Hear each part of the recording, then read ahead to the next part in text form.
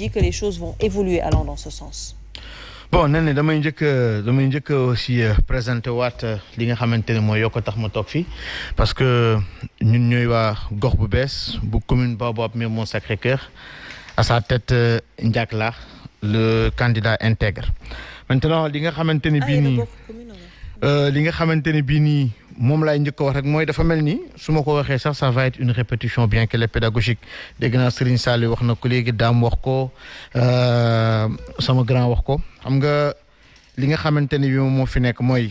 monsieur Mbaye dafa wax léegi lenn loo xamante ne bii man je pense que ni xanaa boog dafa nekkul Sénégal parce que dañuy def plateau dañuy am ay invité benn exemple rek laa koy jox su ko neexee après mun na dem gëstu ji ko au niveau de la poste Serigne Saliou wax na ko léegi dafa ne sax ne am na ñoo xamante ne dañuy liggéey si ñenn ñi toog suba déedéet am na ñoo xamante ne bii sax dañuy liggéey si toog 48 heures 72 heures ñeneen soog a ñëwaat là on a compris lan moo fa am parce que nous savons tous que ni le directeur de la poste xam nañu c'était un ancien ministre et moom moo nekk léegi fi nga xamante ne bi moom mooy DG poste et scandale yi am poste jàpp nañ ni clientèle politique moom moo leen yóbbee problème yu bari ñooñu nekk foofu poste ñoom ñoo ko kaas et loolu lu ne fàng kenn du ko jeex boo dafa nekk loo xamante ne comme da nga bëgg loo seet soo demee gëstu loolu di nga ko gis benn ñaareel bi da nga wax léegi ne le président est en train de faire des routes ak yooyu c'est bien nous ne sommes pas nihilistes parce que réew dafa ànd ak développement réew dafa ànd ak ay jéego te nag soo fekkee kenn def dara da nga ci war a dolli dara pour keneen kii ñëw mun a def leneen pour réew mi mun a avancer parce que l'État est une continuité ça loolu ñëpp xam nañ ko mais nuñ ko waxee mooy Dakar c'est la capitale économique donte bëggoon ngeen pousse mbir mi seen vision yegg fi nga xamante ne mooy Diamniadio yeggut su ma la déggee léegi nga naan Kaolack Fatick ak affaire yooyu mais dëkk yooyu da ngeen fa dem def fa ay conseil ministériel dig leen ay milliards et milliards boobu ba tey defu leen fa dara te ba tey ñooñu moo xam région yi ñoom ñëpp ñu ngi toog di ko xaar te gisuñ ko xam nga am na yenn yoo xamante ne bi soo koy wax Sénégalais yi c'est sax daanaka c'est les manques de respect li ngay reprocher léegi ki nga xamante ne mooy Dame Mbodj am na yoo xamante ne bii su fekkante ne dañ koy wax te Sénégalais yi di la seetaan da nga leen di wax loo xamante ni bii ñu ngi koy dund wala ñu ngi koy gis fu ñu toll nii man dama jàppoon ni tey président en 2011 ba ci sax en 2010 2012 ba nu ñuy defee campagne ñu toppoon ko boobu damay revenir ci sama grand bi ñu ngi nekkoon groupe Le Témoin boobu dañoo topp campagne président les propos yi nga xam te mu ngi ko fa doon yëkkati tout le temps et lan la doon wax da doon naan il faudrait qu'on fasse confiance à l'expertise locale. mais suñu déggee lii nii tey nga xamante ne bii nii moom le président def. mais ça il le répète tout le temps. tout le temps d'ailleurs et moo tax am na yenn yoo xamante ne dafay mel ni man xanaa boog président dafay fàtte yi nga xamante ne bi doon na ko wax faire confiance à l'expertise locale kon jaruloon nag mu dem jëli ji ay ñeneen bitim réew pour ñëw saytul ko li nga xamante ne bi moom moo am fii ci réew mi et da doon naan la patrie avant le parti et gis nañ ni depuis 2016 sax damay jàpp ni ce n'est plus la patrie mais c'est plutôt le parti la famille man loolu laay jàpp ni moom moo nekk ci réew mi suñu yeggee nag ci li nga xamante ne moom mooy par rapport mais ça également est-ce que c'est pas des accusations gratuites wala des affirmations gratuites les accusations ne sont pas gratuites non les accusations ne sont pas gratuites moi j'affirme je n'accuse pas Néné j'affirme Néné je n'accuse pas j'affirme il faudrait que ñu xool léegi parce que comment ça se passe et je vous laisse rek yow sa bopp nga xool ko nga seetul ko sa bopp je m'en arrête là et concernant nag lu monsieur Mbaye wax léegi nee na que ni ñun bañ fi nekkee ba tey ñu ngi def mais quand même mais le président Macky Sall mun naa jàpp ni mais il est comptable de la gestion du président Wade parce que président Macky Sall moo fi nekk président boo xamante ne bii il a été directeur fi nga xamante ne mooy Petrosen man moo tax problème mu SAR bi moo ko déggee sax moom tax balaa ñëw dem di wàllu ji kenn waroon na ko mun a régler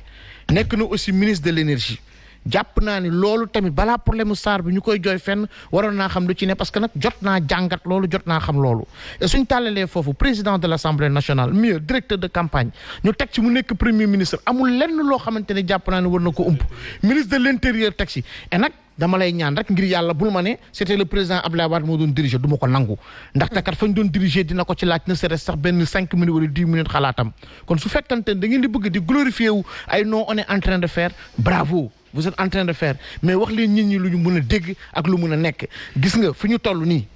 xam nga man lu ma jàpp mooy il faut que ngeen xool nan ngeen di naxanteeg sénégalais yi et que en 2024 le président de la République génn par la grande porte et sénégalais yi métit yi nga xamante ne bii ñu ngi koy dund ñu xool naka lañ koy saafarawee ñun ñaa ngi bëgg a dee ak gubar jaasi xam nga luy gubar jaasi mooy togg añ tibb ci reer ñun ñi sonn nañ bëgg nañ faju ji et mënuñoo faju ñun ñi bëgg nañoo dem jàng mënuñoo jàng depuis 2012 li nga xamante ne mooy éducation dafa sooxe ci réew mi et je parle sous le contrôle de Dame Mbodj mënuñoo toog at bu ne te grève yi dégguñ leen et sax mieux l'année dernière dañoo dem ba lu presque bu ñuy tijji pas bi bu ñuy tijji le 8 octobre ñoom dañoo newoon sax la ñuy grève école tijjeegul sax ñu commencé grève waaw mais nag xam nga constat bi su nekkee nii lu na fàng kenn du ko jeex monsieur Mbaye mais nag àddina lu gën a naqari mooy bëgg a défendre l'indéfendable et loolu ñun ñi duñ ko nangu et suñ ko waxee nu ñu ne dañuy sànni ay xeer neewuñ defu leen def ngeen mais la ngeen deful moom moo ëpp li ngeen def et ñi nag dañ koy wax mënoo leen ko tere parce que da ngeen ñu jiite. oui alors Cheikh ma ñëw ci yow laata may dem ci monsieur Thiam moom itamit am na lu mu ci war a wax yow nga ne tout à l'heure suñu fekkee preuve lañ ciy seet nañ la laaj. waaw nee naa Aïcha permets-moi d'abord tey le 17 décembre. Le 17 décembre 1962 le Sénégal a raté le train de l'histoire wax naa ko ba le passé ñi jëloon Mamadou Dia yóbbu ko ci kaso bi 13 ans tey histoire moo leen di juger parce que y a le tribunal de l'histoire. Le Sénégal a raté le coche pour sa transformation sociale économique Mamadou Dia bi mu fi nekk administration ñëpp xam nañ ni administration Mamadou Dia bi mu fi nekk def na ci liggéey bu am solo ak rigueur. Le premier plan de développement du Sénégal c'est Mamadou Dia. Hier je parlais à des étudiants sur la question de l'engagement Mamadou Dia ñu def ko ci prison bi. En 1972 Senghor yabal son ancien directeur de cabinet Roland Collin mu seeti ko. Senghor ne ko soo bëggee ma libérer la da ngay bàyyi sa engagement politique Mamadou Dia daal di tontu ne l'engagement c'est un devoir et non un droit. À un droit on peut renoncer mais à un devoir on ne peut pas renoncer. Je voudrais rendre un vibrant hommage